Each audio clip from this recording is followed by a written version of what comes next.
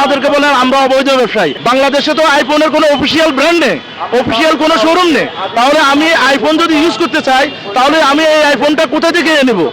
আর আমি যখন এই আইফোনটা আমি ব্যক্তিগতভাবে ইম্পোর্ট করে নিয়ে আসি তখন আপনারা আমাদেরকে বলেন আমরা অবৈধ ব্যবসায়ী।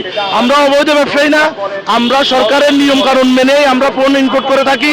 আমরা সরকারের কাছে আকুল আবেদন জানাচ্ছি আমাদের যে আমদানি যে নীতিগুলো আছে এই নীতিগুলোকে সহজকরণ করা হোক। যেমন আপনি মাত্র অবৈধ সিন্ডিকেটকে সুবিধা দেওয়ার জন্য আপনি তাদের জন্য 7 থেকে 5% ভ্যাট নির্ধারণ করছেন, আর আমি ব্যক্তিগতভাবে 5টা 10টা 20টা 100টা মোবাইল ইনপুট করতে গেলে আপনি আমার জন্য 61% ভ্যাটের ব্যবস্থা করেছেন।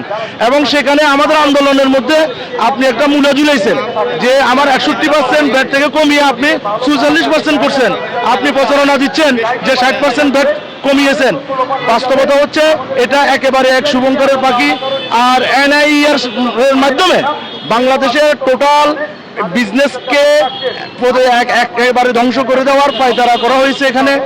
আমরা যে সাধারণ ব্যবসায়ী আছি, আমরা সাধারণ যে নাগরিক যাদের ক্রয় ক্ষমতা অনেক কম, তারা ভালো মানের একটা ফোন কেনার জন্য যে 15 থেকে 20,000 টাকা বাজেটের মধ্যে একটা আন্তর্জাতিক মানের ভালো ক্যামেরা ফোন, ভালো প্রসেসরের ফোন ইউজ করবে, সে ফোনটা ইউজ করার সুবিধা হারাবে যদি আমাদের মতো ছোট ক্ষুদ্র ব্যবসায়ীদেরকে ফোন আমদানি করার ক্ষেত্রে বাধাগ্রস্ত করা হয়।